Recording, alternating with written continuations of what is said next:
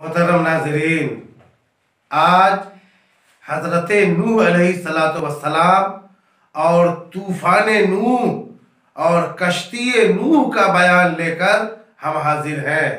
तो आइए वीडियो शुरू करते हैं।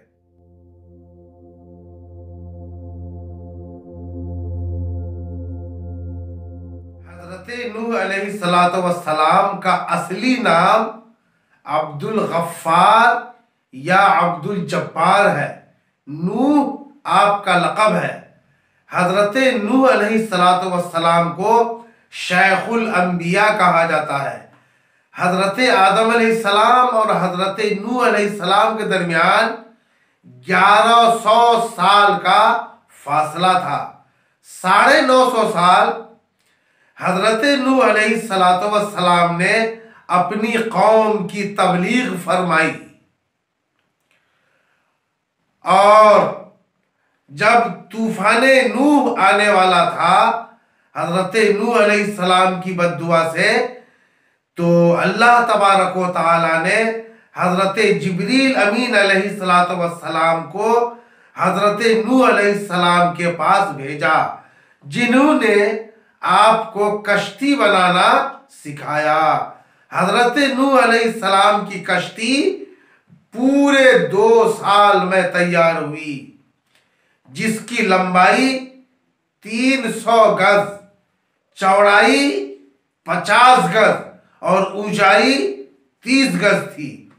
1,24,000 तख्तों से कश्ती नूह तैयार हुई और हर तख्ता की पुश्त पर एक एक नबी का नाम लिखा था।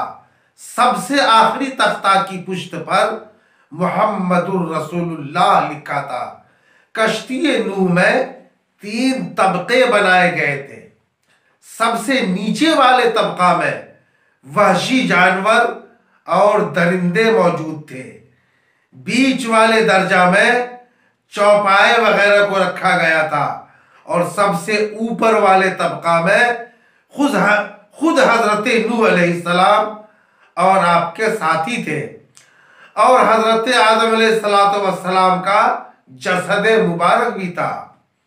उसी ऊपर वाले तबका में खाने पीने का सरो सामान भी था और परिंदे भी थे।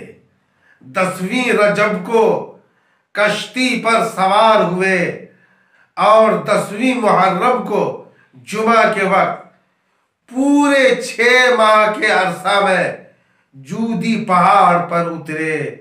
उस कश्ती में 80 आदमी सवार थे, जिनमें 2 नबी थे।